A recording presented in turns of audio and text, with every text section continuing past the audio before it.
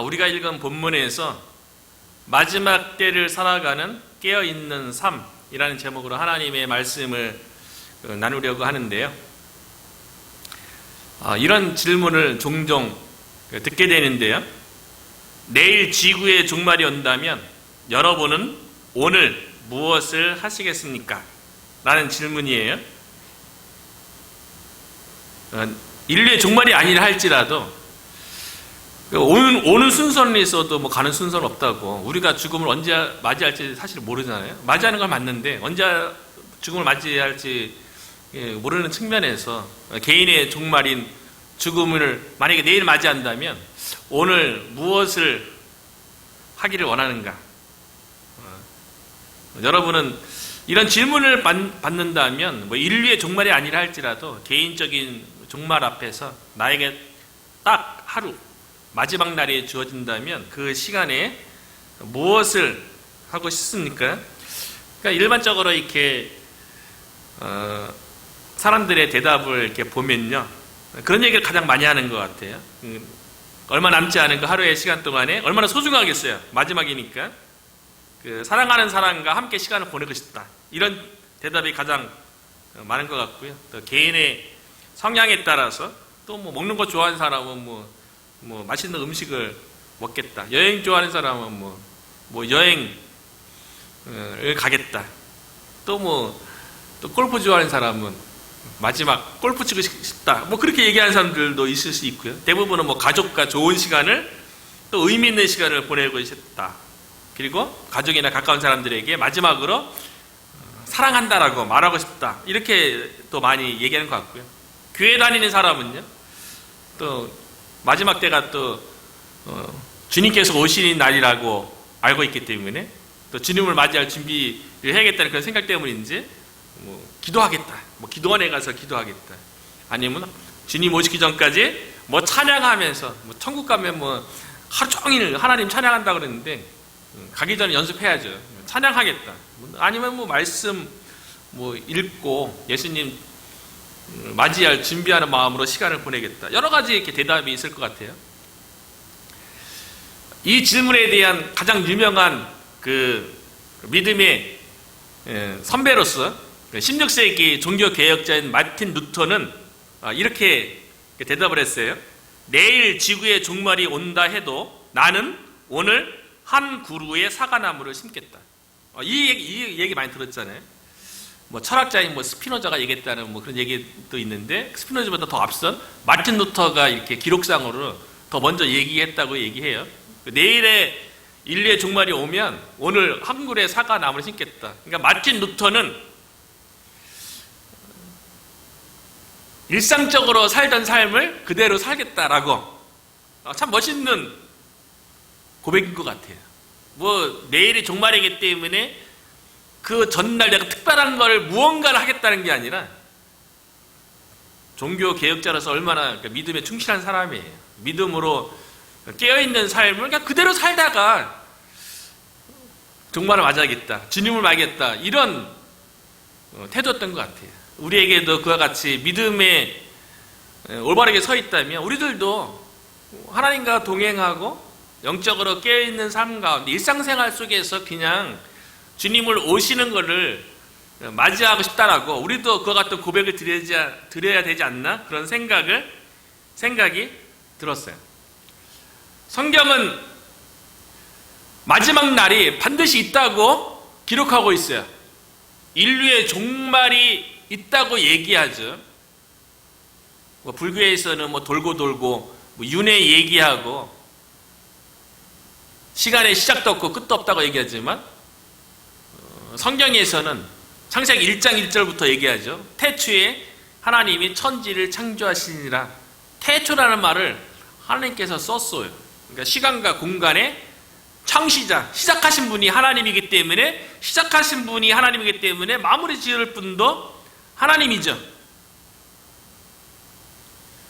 인류의 시작을 하나님께서 하시고 인류의 마무리도 하나님께서 하신다는 게 성경적인 역사관이에요. 그리고 이 역사가 시작되고 마무리되기까지 그 중간에 모든 시간을 하나님께서 주관하신다. 근데 이게 이제 하나님의 말씀의 가르침이죠.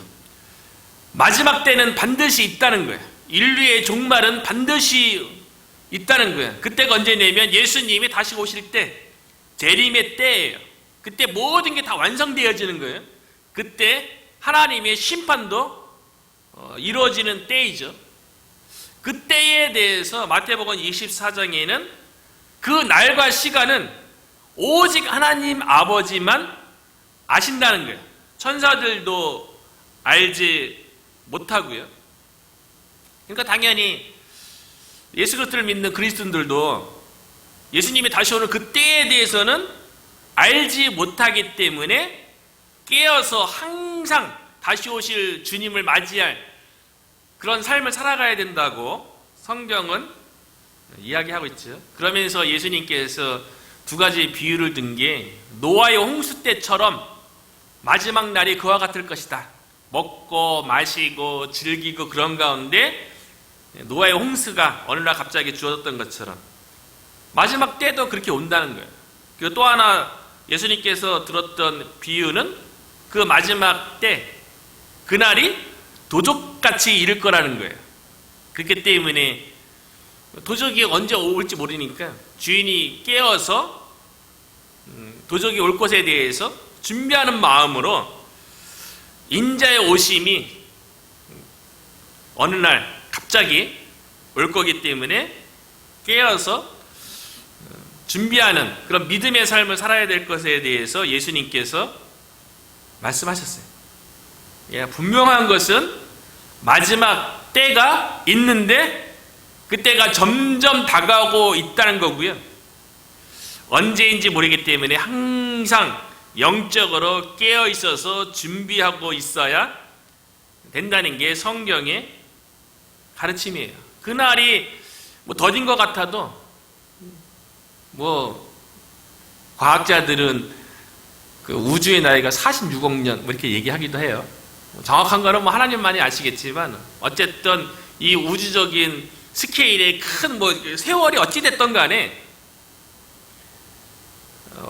인류의 종말의 때가 점점 가까이 다가오고 있는 거는 맞는 거죠. 시간이 점점 이제 가까이 오고 있는 거예요. 또 하나님에게는 천년이 하루와 같기 때문에 우리가 좀 더딘 것 같아도 그날이 신속히 다가오고 있는 것은 명백하고요. 그 시간 속에 우리가 살아가고 있다는 거예요. 그래서 점점 가까이 다가오는 마지막 때를 살아가는 우리가 어떻게 항상 깨어서 준비하는 마음으로 믿음 생활할 수 있을지에 대해서 특별히 요한계시록 1장부터 3장까지 그리고 그 가운데에는 아시아의 7 교회에 보내는 편지도 있거든요. 함께 살펴보면서 오늘날 우리의 신앙생활 또 교회가 어떻게 살아가야 되는지에 대해서 함께 은혜를 나누고자 합니다. 먼저 간단하게 요한계시록이 기록된 시기는요, AD 95년 또는 96년경에 기록되었을 것이라고 보편적으로 이제 신학자들이 얘기해요. 빠르면 아무리 빨라도 AD 70년 이후라고 봐요. 왜냐하면 AD 70년에 어떤 일이 있었냐면 로마의 장군인 티투스 장군에 의해서 예루살렘이 함락되고요. 예루살렘 성전이 돌 위에 돌 남지 않을 정도로 완전히 파괴되고 유대인들이 전 세계로 흩어져 갖고 이스라엘은 나라가 자체가 없어졌대. 그때가 AD 70년이에요. 그리고 유대인들이 전 세계로 흩어진 디아스포라 유대인이 되어 갖고 살아갈 때 그때 이제 로마 제국 시대였는데 특별히 예루살렘 성전이 파괴되고요. 기독교의 박해가 본격적으로 로마 제국에 의해서 이루어지는데요. 그 기독교 박해의 절정이 도미티안 황제 때였어요. 도미티안 이 황제가요. 로마 제국에 있는 모든 사람들로 하여금 로마의 신을 섬기게 하는 거예요. 그리고 자신을 신격화시켜서 자신을 신이라고 칭하게 하고 자신을 주로 고백하게 했던 황제가 도미티안 황제예요. 그리고 성격도 되게 난폭해갖고요. 자기 권력에 도전하는 형제들도 다 죽이고요. 원로원에 있는 의원들도 자기 마음에 맞지 않으면 다 살해하고 아주 잔인한 황제였어요. 그러다 보니까 그 당시에 흩어졌던 그리스도인들 우상숭배를 할 수 없잖아요. 그리고 도미티안 황제가 로마의 신을 섬기게 하기 위해서 로마 주변에다가 은과 금으로 신상을 막 세워놓은 거예요. 그러다 보니까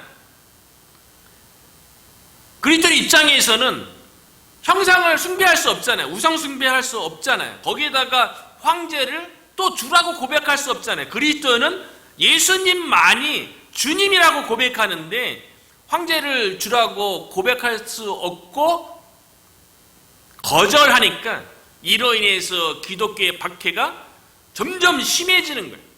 그런데 교회의 숫자는 점점 늘어나고요. 그리고 도미티안이 또 오늘날도 마찬가지지만요. 이게 종교를 정치 수단으로 막 사용하는 거예요. 자신의 잔인하고 백성들의 원성과 원망이 있으니까 그거를 자신에게 돌리는 게 아니라 희생양을 만드는데 그 희생양이 누구냐면 유대인들이에요.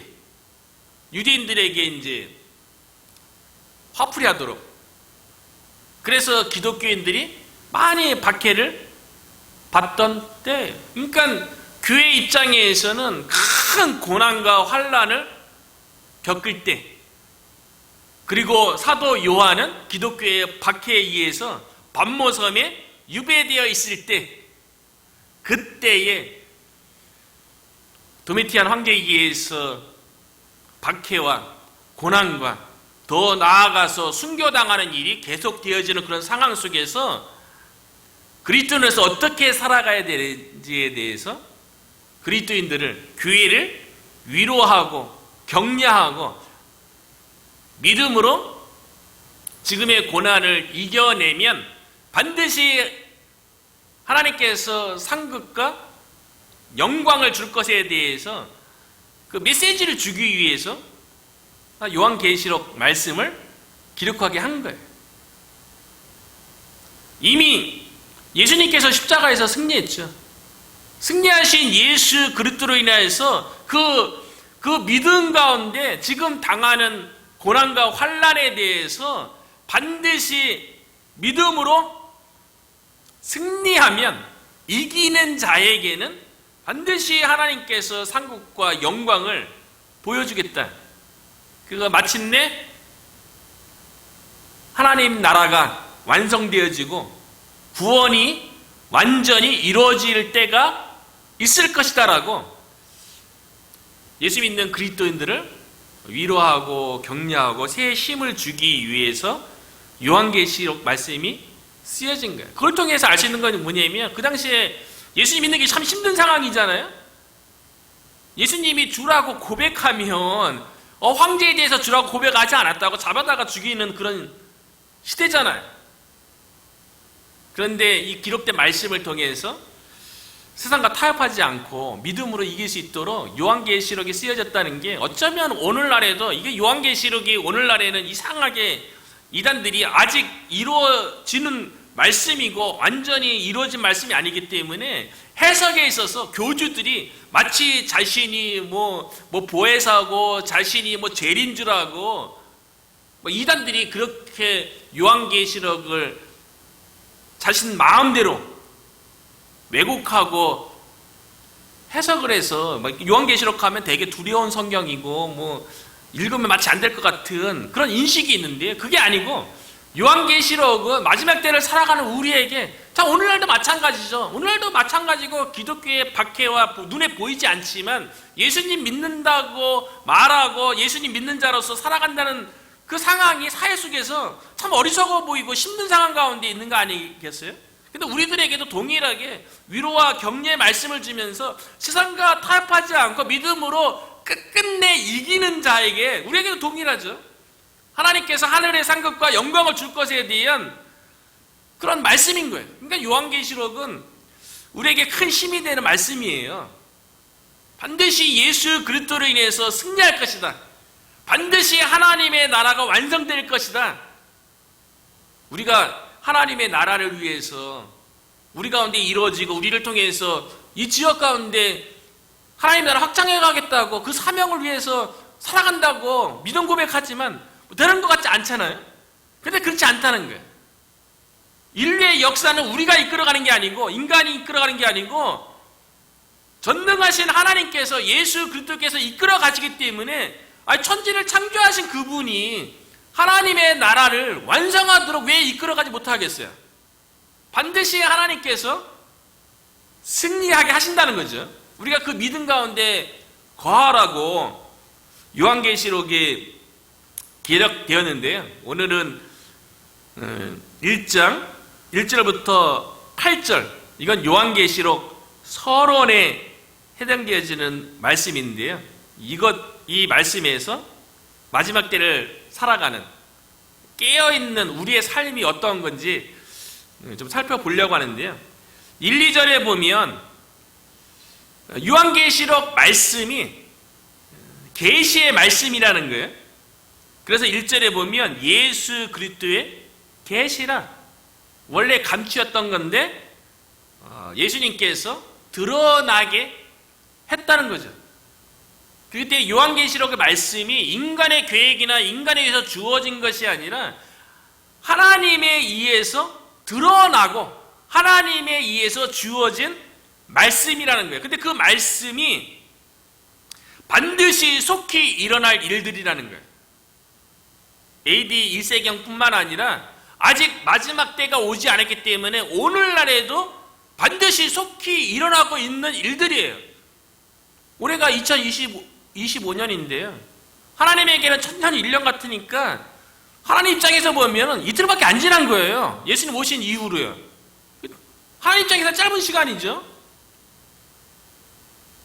속히 일어날 일들에 대해서 요한에게 이제 하나님께서 계시로 주신 말씀인데 2절에 보면 그래서 이렇게 얘기하죠.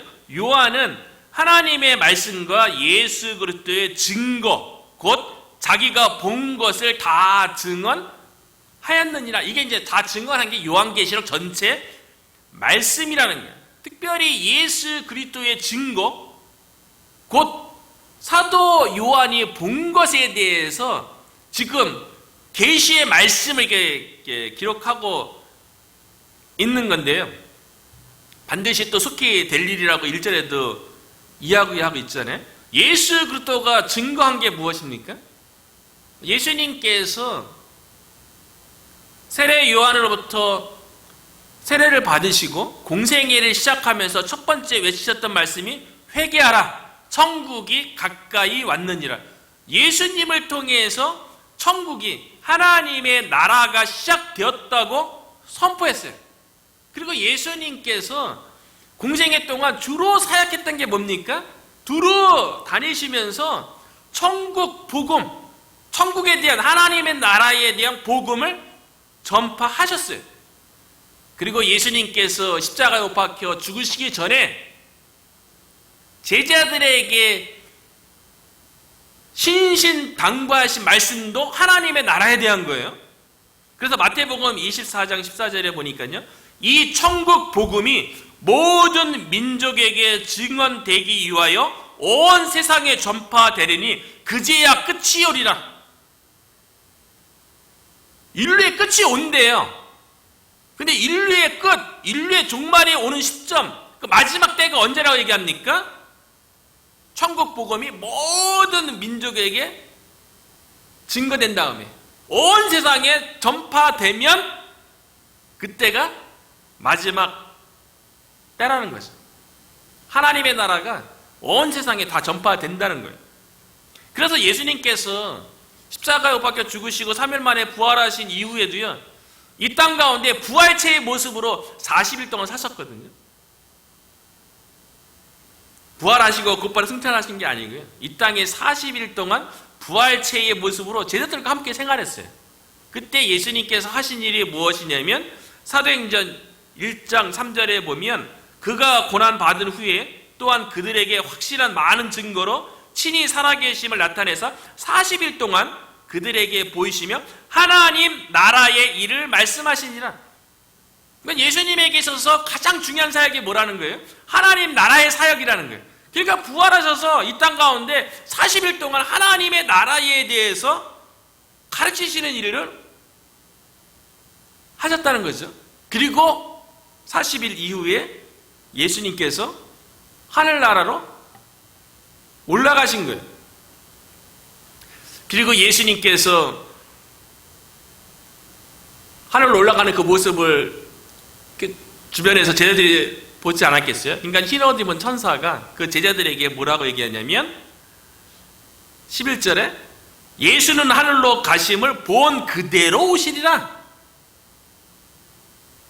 예수님께서 부활체의 모습으로 이 땅 가운데 40일 동안 하나님 나라 가르치시고 이게 부활체의 모습으로 하늘나라로 쭉 올라가셨어요. 그리고 구름이 가렸거든요. 그 제자들은 이렇게 쳐다봤죠. 그때 흰 옷 입은 천사가 본 그대로 오시리라.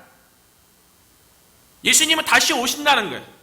그걸 우리는 재림이라고 얘기하죠. 그 재림의 때가 인류의 종말의 때이고 마지막 때이고 하나님의 심판의 때인 거예요. 오늘 본문에도 보면 7절에 볼지어다 그가 구름을 타고 오시리라.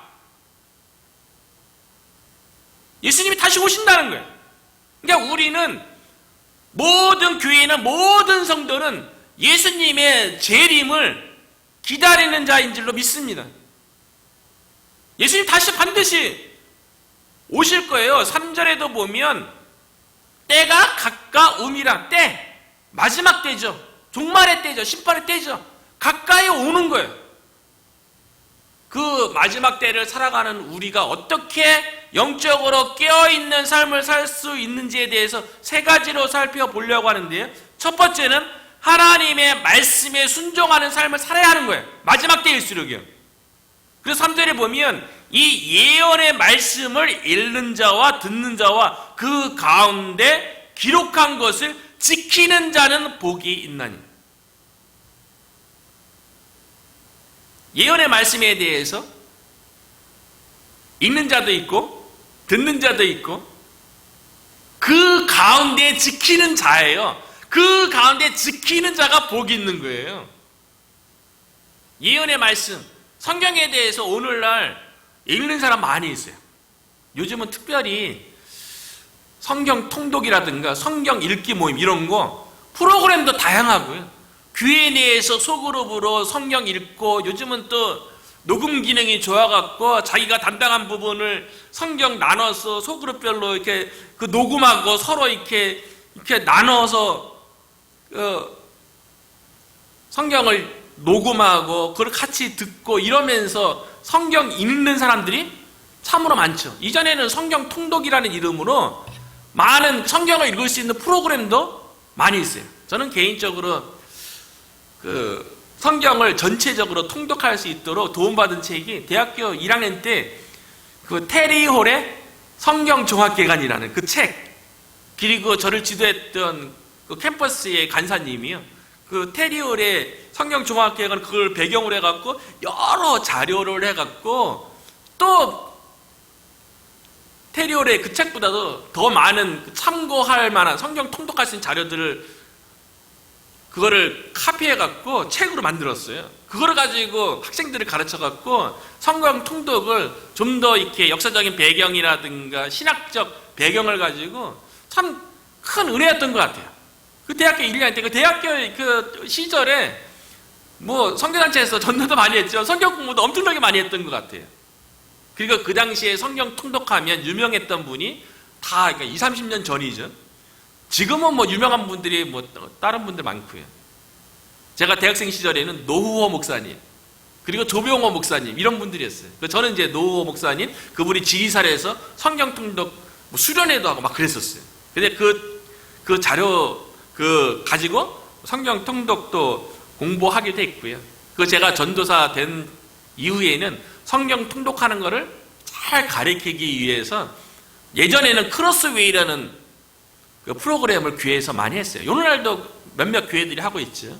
성경 전체를 구속사 관점에서 하나님의 구원 계획이라는 이게 1권이고요. 그 다음에 구약계론, 신약계론 크게 바인더가 3개가 있는데 3개 다 세미나에 가서 공부하고 가르칠 수 있는 지도자 세미나를 받기도 했고요. 그 이후에도 성경 통독 읽는 프로그램에 대한 이해실 사모님의 성경이 읽어지네. 오늘날에는 더 구체적으로 쉽게 나오는 프로그램도 많이 있어요. 예언의 말씀을 읽어야죠. 읽는 자가 있죠. 듣는 거는요. 오늘날에는 더 쉬워진 것 같아요. 예언의 말씀에 듣는 자, 컴퓨터라든가 스마트폰 이것 때문에요. 성경의 예언의 말씀에 대해서 들을 수 있는, 그래서 성경에 오디오 성경도 있잖아요. 또 오디오 성경을 또 감정을 넣어서 잘 동화돼서 읽을 수 있도록 드라마 오디오 성경도 있고요. 그리고 모든 교회에 하나님의 말씀을 설교한 설교 원음이죠. 설교 파일이 교회마다, 저희 교회가 마찬가지로 모든 교회가 다 들을 수 있도록 교회 홈페이지에 다 올려놔요. 유튜브에 들어가면 온갖 예언의 말씀, 설교가 넘쳐나는 그런 시대에 우리가 살고 있어요. 근데 중요한 게요, 누가 복이 있는가? 읽는 자가 복이 있는 게 아니에요. 듣는 자가 복이 있는 게 아니에요. 읽는 것, 듣는 것, 그 목적은 그 가운데 지키는 자가 복이 있대요. 읽는 게 중요하죠. 읽는 것으로 끝나면 안 되고요. 듣는 것 중요하죠. 듣는 것으로 끝나면 안 되고, 그 가운데 지키는 자가, 그 말씀 가운데 순종하는 자가 복이 있다는 거예요. 예언의 말씀에 대해서 순종하면 어떤 일이 일어납니까? 하나님의 말씀은 살아있고 운동력이 있어. 요즘 번역은 활력이 있어. 말씀이 우리의 삶 가운데 일을 하죠. 하나님의 말씀이 우리 가운데 순종을 통해서 성취되는 걸 통해서 하나님의 말씀을 살아있게 경험하는 거예요. 그게 복인 거죠. 그 말씀을 통해서 하나님을 만나고, 말씀을 통해서 하나님의 뜻을 깨닫고, 말씀을 통해서 하나님과 교제하면서, 말씀을 통해서 하나님께 가까이 가니까, 친밀해지니까 그게 복인 거죠. 그러니까 읽는 자, 듣는 자, 그 가운데 지키는 자가 복이 있는 거예요. 지키는 게 중요한 거예요. 순종하는 게 중요하다는 거예요. 저와 여러분이 성경 읽고 성경 듣는 것이 너무나 이렇게 우리 주변에 많은 이 시대 속에 우리가 접하는 예언의 말씀에 대해서 온전히 순종함으로 말씀을 통하여서 하나님과 친밀하게 교제 나누는 영적으로 깨어있는 마지막 때의 삶을 살아가기를 주님의 이름으로 축원합니다. 그 두 번째로는요, 마지막 때에 영적으로 깨어있는 삶은요, 예수님께서 주신 사명을 잘 하는 건데요. 그 사명이 무엇이냐면 우리가 하나님의 나라와 제사장이라는 사명을 받았다는 거예요. 5절이죠. 또 충성된 증인으로 죽은 자들 가운데서 먼저 나시고 땅의 임금들의 머리가 되신 예수 그리스도로 말미암아. 우리에게 사명을 주신 분이 어떤 분인지 영광스럽게 설명해놨죠. 예수 그리스도로 말미암아 우리에게 이제 사명이 주어졌는데요. 그 예수님이 어떤 분이시냐면 또 충성된 증인으로 죽은 자들 가운데서 먼저 나시고 죽은 자들 가운데서 부활의 첫 열매 되시고요. 그 첫 열매를 통하여서 예수 그리스도를 믿는 자들에게 부활의 열매가 될 것에 대한 소망을 주셨죠. 죽음을 이기신 분이세요. 그런 분이 주신 사명이라는 거예요. 그리고 그 예수 그리스도가 땅의 임금들의 머리가 되신다는 거예요. 오늘날에도 이 세상에는 많은 나라들에서 입헌 군주제 이런 데는 왕이 아직도 존재하고 있고요. 그리고 민주화된 국가에는 대통령이 있는데, 이 땅에 있는 어떤 나라의 임금이나 또 여왕이나 대통령보다도 머리 대신 세상의 최고 권력자의 명령보다도 그거보다 더 머리 대신 온 우주의 머리 되시고 교회의 머리가 되신 예수 그리스도로 말미암아 우리에게 사명이 주어졌다는 거예요. 명령이 주어졌다는 거예요. 그렇기 때문에 예수 그리스도로 주어진 이 사명은요, 지켜도 되고 안 지켜도 되고 그런 것이 아니라 반드시 지켜야 하는 사명이라는 거예요. 그런데 그 사명이 무엇인지 6절에 보니까요, 그의 아버지 하나님을 위하여. 우리에게 주어진 사명도요, 우리를 위한 게 아니에요. 우리를 이롭게 하기 위한 사명이 아니라 누구를 이롭게 하고 누구를 영광스럽게 하기 위한 거예요? 그의 아버지 하나님을 위하여. 하나님을 위하여, 하나님의 영광을 위하여 우리에게 사명을 줬다는 거예요. 그러니까 우리가 하나님의 영광 가운데 참여할 기회를 주신 게 사명이라는 거예요.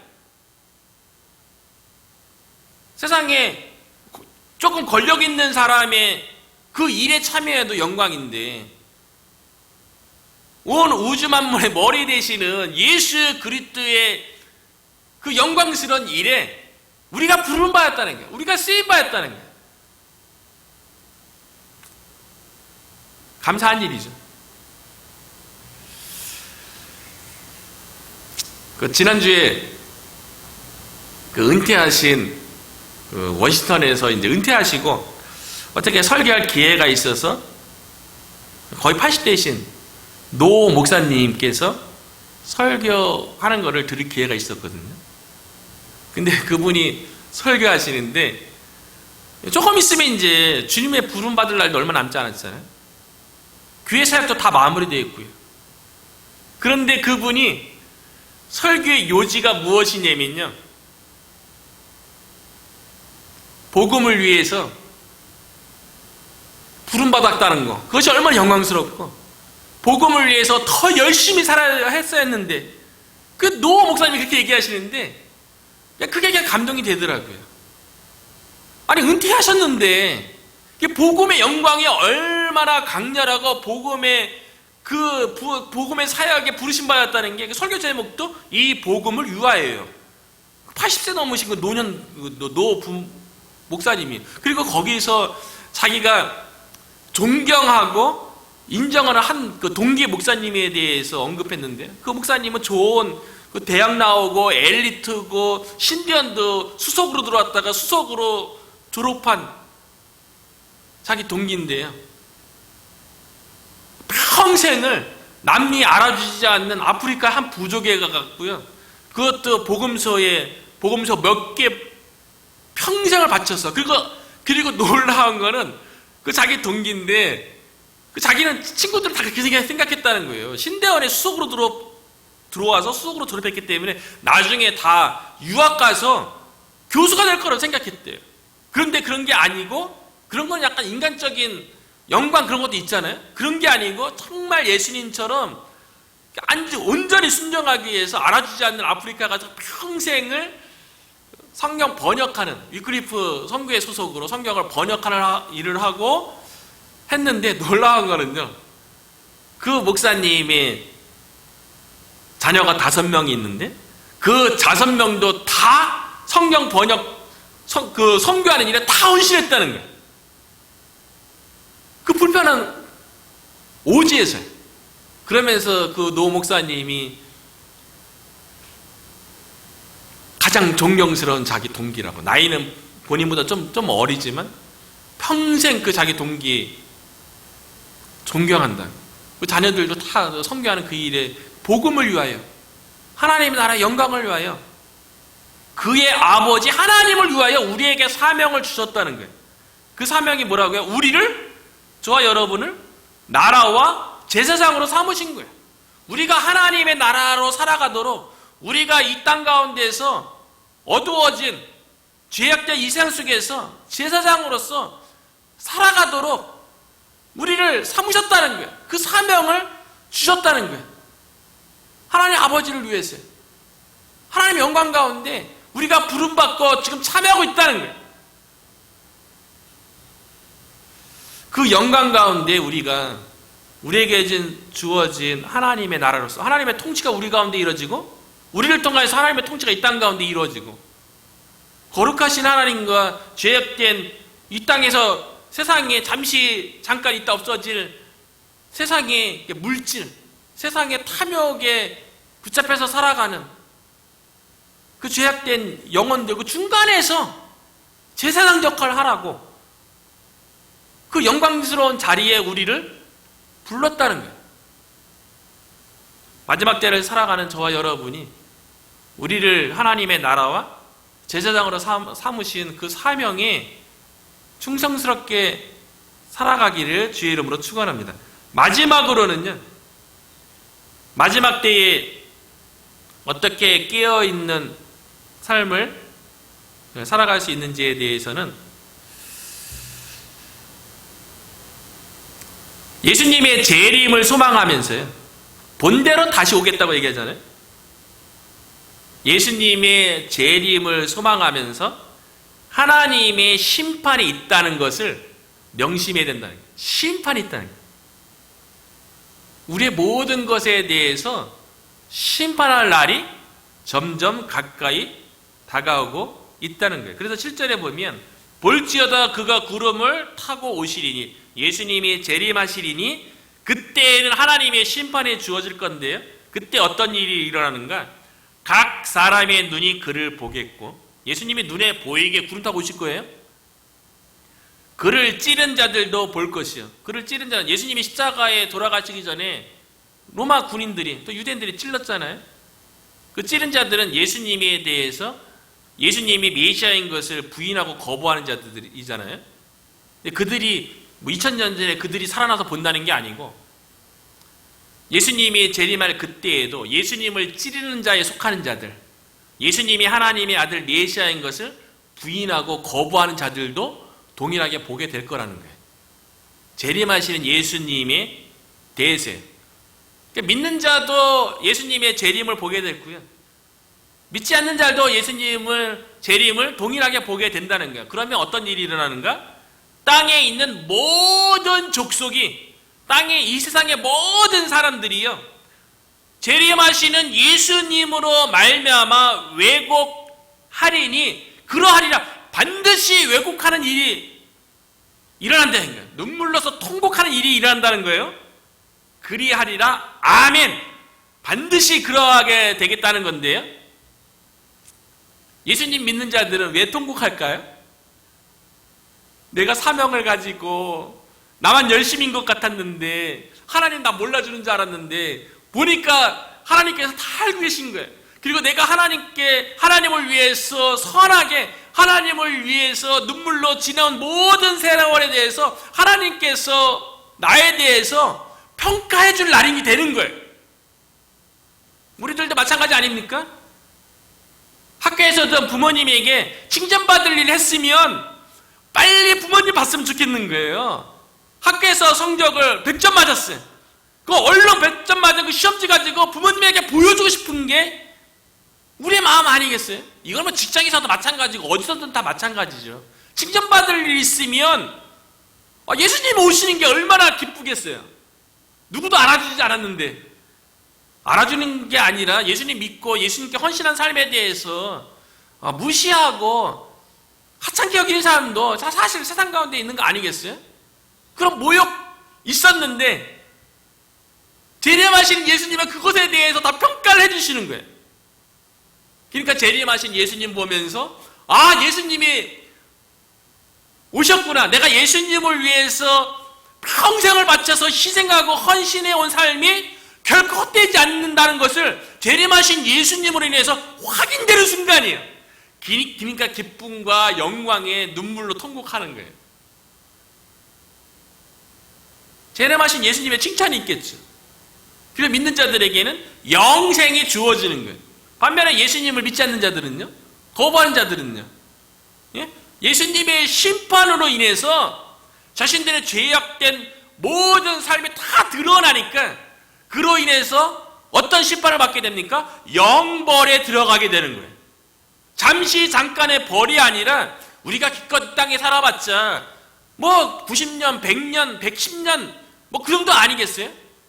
그런데 하나님의 심판에 의해서 예수님이 재림할 때 주어지는 심판은요, 영원한 거예요.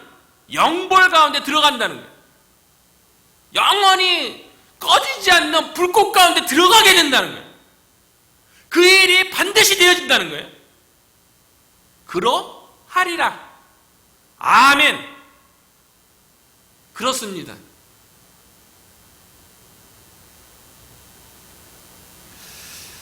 예수님이 재림하는 그때, 하나님의 심판에 주어질 그때, 참 우리는 감사하고 기쁘고 막 그럴 거예요. 그런데 내 주변에 있는 내 사랑하는 사람이 하나님의 심판에 의해서 영벌 가운데, 영원한 불목 가운데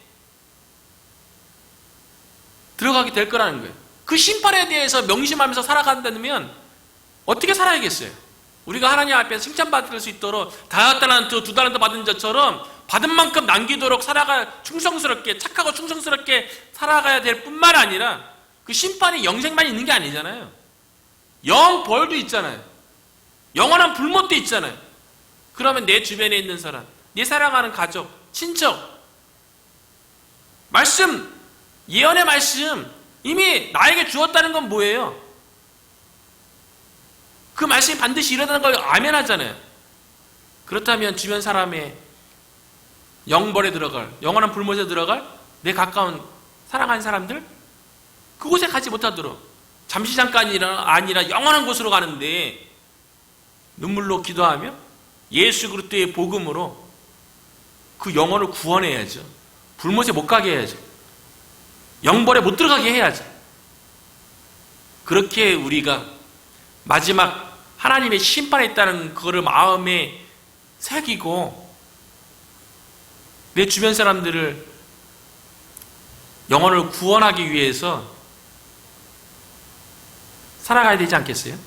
이 말씀이 그냥 말씀이 아니고요, 반드시 되어질 것에 대해서 우리 깨어있는 삶에 대해서 말씀에 순종하고 하나님의 나라와 제사장의 사명을 감당하고 하나님의 심판에 있다는 걸 마음에 새기고 우리가 그렇게 항상 깨어서 살아가야 되는데요, 이게 반드시 되어질 것에 대해서 4절에 보면요, 요한은 아시아에 있는 7교회에 편지하느니, 교회가 이렇게 살아가야 된다는 거예요. 그리고 이제도 계시고 전에도 계셨고 장차 오실 이와 그의 보좌 앞에 있는 7영광, 이전에도 계셨고 지금도 계시고 앞으로 오실 역사의 주관자가 하신 말씀이에요. 8절에도 보면요, 주 하나님이 이르시되, 계시의 말씀을 주신 예수님이 주 하나님으로 나는 알파와 오메가라, 이제도 있고 전에도 있었고 장차 올 자요 전능한 자라 하시니라. 역사의 시작과 끝을 맺는 그분이 말씀하셨다는 거예요. 마지막 때를 살아가는 저와 여러분이 영적으로 깨어서 우리가 삶 가운데 말씀이 이루어지고 우리가 하나님의 통치를 받고 하나님과 세상 가운데 제사장 역할을 하고 하나님의 심판에 있음을 마음에 새기고 믿지 않는 자들, 영벌, 영원한 불못에 들어갈 자들을 영생으로 들어가도록 복음을 증거하는 일에, 그래서 하나님 앞에 칭찬받는 자로 저와 여러분이 살아가고 우리 교회가 되기를 주님의 이름으로 축복합니다.